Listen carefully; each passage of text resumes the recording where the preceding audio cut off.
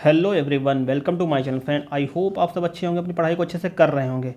तो फ्रेंड, आप लोगों को अब न्यूज़ तो मिल ही गई हुई, जिसका आप लोगों को इंतजार था कि आप लोगों की जो वैकेंसी जो आरआरबी के थ्रू जो पैरामेडिकल की है वैकेंसी वो आ चुकी है। तो वो आप देखते हैं इसमें ये इसका कब से फॉर्म ऑनलाइन होगा और क्या क्या क्वालिफिकेशन है। तो पहले बता दें, इसमें जो वैकेंसी टोटल वैकेंसी है वो 1376 वैकेंसी है, जिसमें से डिफरेंट डिफरेंट पोस्ट के लिए अलग अलग वैकेंसी हैं। सबसे ज़्यादा जो वैकेंसी हैं वो आपकी जो है नर्सिंग ऑफिसर की है, जो है उसकी पोस्ट है, ये सबसे ज़्यादा है। तो जैसा कि रेलवे ने बताया था कि वो अपनी वैकेंसी जो है अगस्त में रिलीज करेगा, तो उसी के तहत जो है इन वैकेंसियों का नोटिफिकेशन आया है। तो देखते हैं नोटिफिकेशन, देखते हैं इसमें क्या क्वालिफिकेशन और कितनी किस किस पोस्ट के लिए कितनी कितनी वैकेंसी है, इसके बारे में देखते हैं। तो जैसा कि ये रेलवे का जो एनुअल कैलेंडर आया था, इस कैलेंडर में बताया गया था कि जो पैरामेडिकल की वैकेंसी है ये जुलाई से सितंबर के बीच में आएगी। तो ये पहले ही इसको नोटिफिकेशन रिलीज कर दिया गया है, जो अगस्त में रिलीज किया गया है। तो देखते हैं इसमें क्या क्या क्वालिफिकेशन मांगी गई है और कितनी वैकेंसी है, इसके बारे में देखते हैं। तो ये वो पूरा नोटिफिकेशन है जो आज ही आया है साइट पे। तो ये आप लोग इस नोटिफिकेशन को डाउनलोड करके देख सकते हैं। तो इसमें देखते हैं आगे, क्योंकि नोटिफिकेशन खुद से पढ़ना काफ़ी इंपॉर्टेंट होता है कि जिसमें कि क्या क्वालिफिकेशन मांगी गई, किस पोस्ट के लिए हम एलिजिबल हैं, ये इसकी जानकारी पूरी पूरी मिलती है। क्योंकि आप लोग फॉर्म भरने वाले हैं तो आप लोगों को खुद से नोटिफिकेशन पढ़ना चाहिए। तो देखते हैं इसमें जो ये यहाँ जैसे दिया हुआ है नर्सिंग सुपरिटेंडेंट, जो हाँ मैंने नर्सिंग ऑफिसर बताया था, तो यहाँ जो पोस्ट है ये नर्सिंग सुपरिटेंडेंट की पोस्ट है। तो ये लेवल 7 में आती है, काफ़ी अच्छी सैलरी होगी। तो यहाँ पर जैसे सैलरी दिया हो, तो टोटल जो पोस्ट है सबसे ज़्यादा इसी की पोस्ट है, 713 जो है नर्सिंग सुपरिटेंडेंट की पोस्ट है, ये 713 है। बाकी जो अलग अलग दिया हुआ जैसे डाइटिशियन की दी हुई है पोस्ट, बाकी इन सब की जो वैकेंसी थोड़ा कम है। टोटल ये सारी पोस्टें दी हैं, तो आप लोग देख सकते हैं कि कौन कौन सी पोस्ट है, आप लोग किस पोस्ट के लिए एलिजिबल हैं। टोटल जो है 20 टाइप की पोस्ट हैं। तो 20 टाइप की पोस्टें हैं इसमें। ये नोट जो वैकेंसी है ये सबकी कितनी कितनी वैकेंसी है ये बताया गया। जैसे इसमें जो डायटिक्स में 5 हैं, नर्सिंग सुपरिटेंडेंट में जो 713 हैं, और ये जो ऑडियोलॉजिस्ट या स्पीच थेरेपी के जो हैं इसकी 4 पोस्टें, तो सभी की अलग अलग दी हुई हैं। और सबका जो एज का क्राइटेरिया है, जो मतलब एज का क्राइटेरिया वो भी अलग अलग है। जैसे इसमें 20 से 43 साल के लोग भर सकते हैं। तो ऐसे 18 से 36, 20 से 36, अलग अलग सबकी जो है एज भी सबकी अलग अलग है। और ये यहाँ पे दिया हुआ जो जो बेसिक सैलरी स्ट्रक्चर है वो यहाँ पे दिया हुआ है कि कितनी कितनी आपको इनिशियल सैलरी मिलेगी।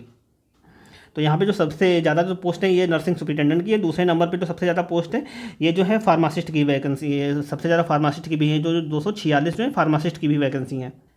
आई थिंक ये सारी जो है सारी स्पेशल क्वालिफिकेशन की हैं। तो इसमें नॉर्मल जो ग्रेजुएट हैं वो नहीं फॉर्म भर भर पाएंगे। जिनके पास इन सबसे संबंधित कोई डिग्री या डिप्लोमा है वही लोग इसका फॉर्म को भर पाएंगे। तो देर ना करते देखते हैं इसकी क्वालिफिकेशन क्या क्या है, इसके बारे में देखते हैं। तो जो टोटल नोटिफिकेशन है, टोटल नोटिफिकेशन में जो है 40 पन्ने का है। तो ये तो पूरा बताना जो है ये तो पॉसिबल नहीं होगा। तो आप लोग आरआरबी की साइट पर जा करके इस नोटिफिकेशन को डाउनलोड कर लीजिए। उसमें आप जो 40 पेज हैं इनको पढ़ लीजिए, इसमें क्या क्या क्या मांगा है। तो मोटा मोटा आप लोगों को हम बताते हैं इसमें क्या क्या मांगा गया है। तो जैसे इस पेज पे दिया हुआ ये जो आपका जो जनरल फिटनेस है या जो मेडिकल है, इसके बारे में बताया गया है कि क्या क्या मेडिकल होना, किस पोस्ट के लिए क्या क्या मेडिकल, ये यहाँ पे सारा कुछ दिया हुआ है। यहाँ पे फॉर्म की फ़ीस के बारे में बताया गया है कि जो जनरल ओबीसी इन सबको जो है 500 रुपये की फ़ीस पे करनी पड़ेगी। बाकी जो यहाँ पे SC ST हैं उनको जो 250 रुपये पे करनी होगी। और इसमें तो 400 रुपये वापस भी आ जाएगा, क्योंकि 400 रुपये वापस आ जाएगा तब आएगा जब आप CBTV में जो मतलब पेपर देंगे। पेपर अगर देते हैं, एग्ज़ाम देते हैं, तभी आपका जो 400 रुपये वापस आएगा, अन्यथा नहीं आएगा। यहाँ पे आपका जो है सिलेबस के बारे में बताया गया कि आपके जो सिलेबस है उसमें क्या क्या आएगा। तो जो 70 क्वेश्चन आएंगे, ये जो 70 क्वेश्चन आपके आएंगे, ये आपकी जो प्रोफेशनल एबिलिटी है या जिस जिस पोस्ट के लिए आप फॉर्म भरेंगे उस पोस्ट से संबंधित जो है 70 क्वेश्चन आएंगे। बाकी जो है 10 नंबर की जो है जनरल अवेयरनेस आएगी, 10 नंबर में जो है रीजनिंग और मैथ आएगी, और साथ ही साथ जो 10 नंबर की जनरल साइंस आएगी। टोटल जो क्वेश्चन होंगे 100 क्वेश्चन होंगे, और इनको करने के लिए आपको जो है 90 मिनट मिलेगा। जैसा यहाँ पे दिया हुआ जो टोटल क्वेश्चन होंगे ये 100 होंगे, और इनको करने के लिए आपको 90 मिनट दिया जाएगा। तो इसमें अच्छा खासा वेटेज, आपके जो सब्जेक्ट का अच्छा खासा वेटेज है। बाकी जो जो लोग ये जो बाकी जो 30 हैं, 30 में अगर 20 भी नंबर ले आते हैं तो काफ़ी अच्छा स्कोर उनका माना जाएगा।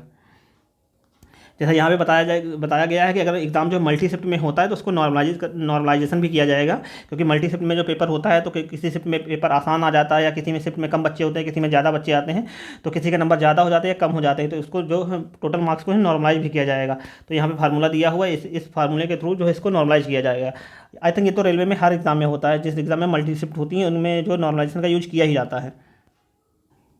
अब आते हैं सबसे मेन और इम्पॉर्टेंट बात पे, जहाँ पे आपकी जो क्वालिफिकेशन क्या मिनिमम जो क्वालिफिकेशन क्या मांगी गई इसके बारे में बताया गया है। तो जैसे नर्सिंग सुपरिटेंडेंट में ये जो लेवल 7 की है, सैलरी इसकी जो होगी 44,900 बनेगी बेसिक। और इसमें जो मतलब क्वालिफिकेशन मांगी गई है, सर्टिफिकेट है registered nursing nurse and midwife having pass 3 year course general nursing and midwife. तो इसमें बेसिकली बताया गया कि जीएनएम जिनके पास है वो एलिजिबल हैं, साथ ही साथ जो जिन्होंने बीएससी की है वो भी एलिजिबल हैं। बाकी कुछ लोगों को इसमें कंसेशन भी दिया गया है। जो कंसेशन दिया गया है, इस कंसेशन में ये बताया गया है कि अगर जो लोग एनएम भी हैं वो भी इस फॉर्म को भर सकते हैं, लेकिन उनके लिए कोई कंडीशन है। तो वो जो फॉर्म भरने की डेट आएगी उस तभी पता चलेगा कि उनको क्या कंसेशन दिया गया है। तो उनको क्या कंसेशन दिया गया है जो एनएम है, जो इस फॉर्म को फिल कर सकती हैं। और ये आरआरबी की वैकेंसी जो होती है ये जोन वाइज आती है। तो आपको लोगों को फॉर्म फिल करने से पहले ये भी देखना है कि किस जोन में कितनी वैकेंसी हैं, और कितनी वैकेंसी जो आपके कैटेगरी में कितनी वैकेंसी है उसके बिहार पे आप फॉर्म को फिल कर सकते हैं। बाकी ये सारी जो अदर वैकेंसीज हैं इनकी जो क्वालिफिकेशन के बारे में बताया गया है। तो अगर आप लोग इनसे बिलोंग करते हैं तो इनको आप लोग देख सकते हैं, पढ़ सकते हैं।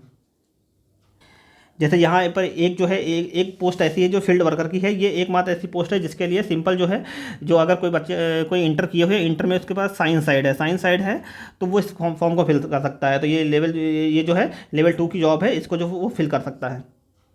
जिसके पास जिसने सिंपल इंटर किया है मैथ के साथ, या साइंस या बायोलॉजी केमिस्ट्री जो भी है वो इसको फिल कर सकता है। बाकी यहाँ पे जोन वाइज बताया गया है कि किस जैसे आरआरबी जो आरआरबी अहमदाबाद में जो टोटल नर्सिंग सुपरिटेंडेंट की पोस्टें हैं ये 20 हैं। यहाँ पे जो आरआरबी जो अहमदाबाद है, तो अहमदाबाद में 20 पोस्ट हैं। जैसे यहाँ प्रयागराज आरआरबी जो प्रयागराज है, तो प्रयागराज में जो है डीएलडब्ल्यू आता है, एनसीआर आता है, एनआर आता है। तो यहाँ जैसे जो डीएलडब्ल्यू में है ये 7 पोस्टें हैं, और जो एनसीआर में 14 पोस्टें हैं, और एनआर में जो है 1 ही पोस्ट है। तो ये जो है ये जो है प्रयागराज में, आरआरबी प्रयागराज में इतनी वैकेंसी हैं। बाकी यहाँ पे अलग अलग दिया है, जैसे फील्ड वर्कर की यहाँ पे 1 ही है। बाकी जो ये हेल्थ एंड मलेरिया इंस्पेक्टर की है, साथ ही साथ लेबोरेटरी असिस्टेंट, इन सबके बारे में बताया कि कितनी कितनी पोस्टें हैं। तो ऐसे आप लोग वीडियो नोटिफिकेशन डाउनलोड कर लीजिए, और उसमें ऐसे ही देख सकते हैं कि किस जोन में कितनी वैकेंसी है आपकी, और आपके अनुसार जो कौन सा जोन आपको सही लगता है जिसमें आप फॉर्म फिल कर सकते हैं। और एक बात याद रखिए कि जिस जोन में आप फॉर्म अप्लाई करेंगे कि आपकी नौकरी उसी जोन में लगेगी। ये नहीं है कि आप अगर भोपाल भर दिए तो आप सोचें कि आपको नौकरी यहाँ मिलेगी, ऐसा नहीं होता है। जो जोन है आपको उसी जोन में ही ड्यूटी करनी पड़ेगी। जैसे ये आरआरबी भुवनेश्वर दिया हुआ है, इसमें देख लीजिए बिलासपुर में वैकेंसी दी है, किस पोस्ट के लिए कितनी वैकेंसी हैं। चंडीगढ़ हो गया, चेन्नई हो गया, गोरखपुर जो है इसमें कितनी वैकेंसी इसके बारे में देख सकते हैं। गुवाहाटी हो गया, जो साथ ही साथ जो जम्मू श्रीनगर है इसमें, कोलकाता में भी। तो इस प्रकार ये जोन वाइज जो टेबल का चार्ट मतलब टेबल बनी हुई है कि कितनी वैकेंसी है इसके बारे में बताया गया है।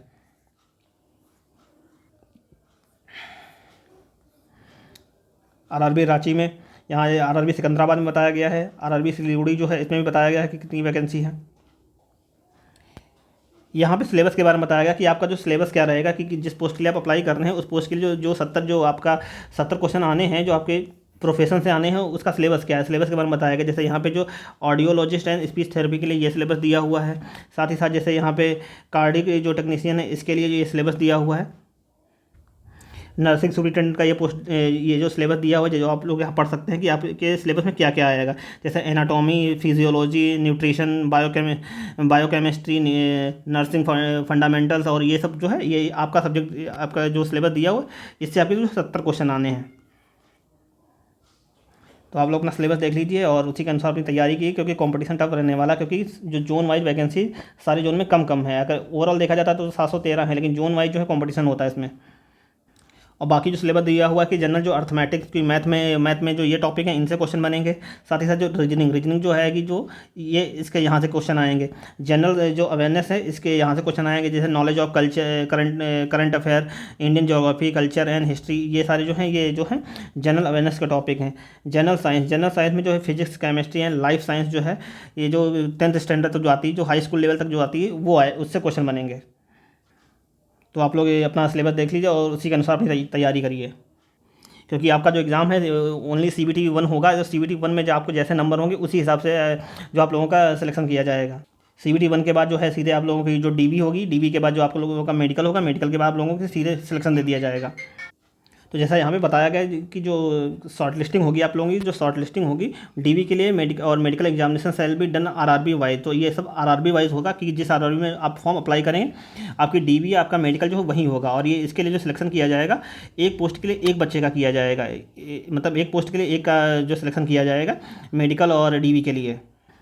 और इसमें जो निगेटिव मार्किंग भी रखेगी, निगेटिव मार्किंग रखेगी 1/3 की जो निगेटिव मार्किंग है। अगर आप एक क्वेश्चन गलत करते हैं तो उसके लिए आपका 1/3 की जो पेनल्टी कटेगी।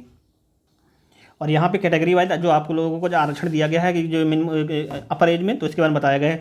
SC ST जो है इनको जो दिया गया है, रिलैक्सेशन दिया गया है, ये 5 साल के लिए दिया गया है। OBC को जो दिया गया है 3 साल के लिए दिया गया है। तो यहाँ पे कैटेगरी वाइज सबको बताया है कितने साल का उनको एज रिलैक्सेशन दिया गया है। तो यहाँ पे आप देख सकते हैं। तो ये थी आज की वीडियो में इंपॉर्टेंट जानकारी। अगर आप लोगों को जानकारी अच्छी लगी हो तो वीडियो को लाइक करें, चैनल को सब्सक्राइब करें और शेयर करें। साथ ही साथ इंपॉर्टेंट बात, मेरे चैनल पे जो है जो नर्सिंग से संबंधित वीडियो डाली जाती है, नर्सिंग के एग्जाम के संबंधित वीडियो डाली जाती हैं, तो आप लोग उन वीडियो को भी देख सकते हैं।